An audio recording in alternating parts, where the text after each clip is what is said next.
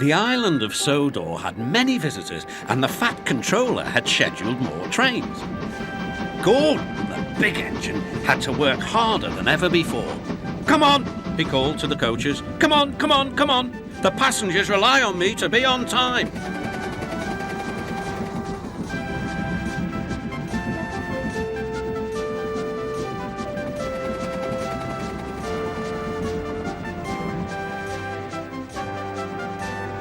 Whenever Gordon finished one journey,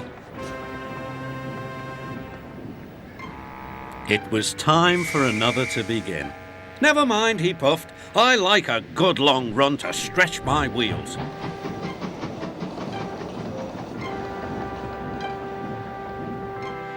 Even so, the fat controller decided that Gordon needed a rest. "James shall do your work." James was delighted. He liked to show off his smart red paint and was determined to be as fast as Gordon.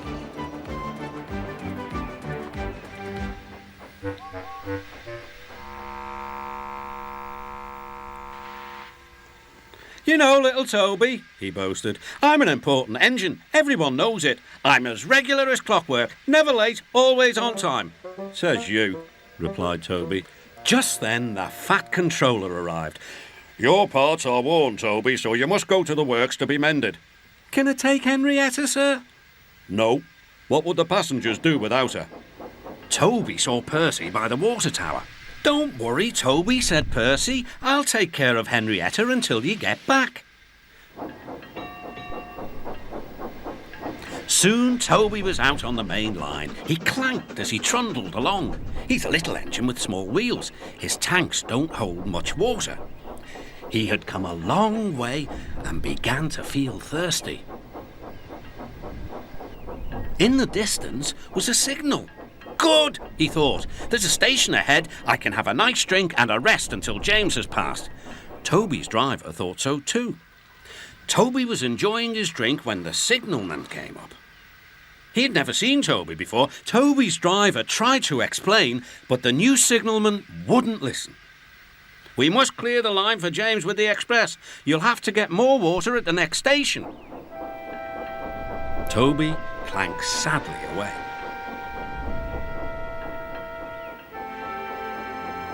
Hurrying used a lot of water, and his tanks were soon empty. Poor Toby was out of steam and stranded on the main line. "We must warn James," said the fireman. Then he saw Percy and Henrietta. "Please, take me back to the station. It's an emergency." Henrietta hated leaving Toby. "Never mind," said Percy. "You're taking the fireman to warn James. That's a big help." Henrietta felt much better. James was fuming when he heard the news. "I'm going to be late." "My fault," said the signalman. "I didn't understand about Toby." "Now, James," said his driver, "you'll have to push Toby." "What, me? Me? Push Toby and pull my train too?" Grumbling dreadfully, James set off to find Toby.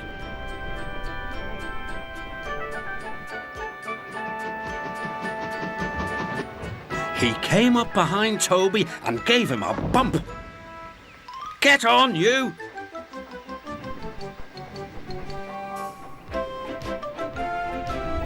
James had to work very hard.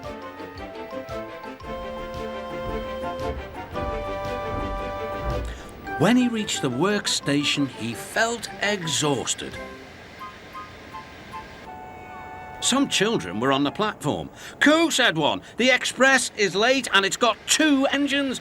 I think James couldn't pull it on his own, so Toby had to help him." "Never mind, James," whispered Toby. "They're only joking." "Ha ha!" said James.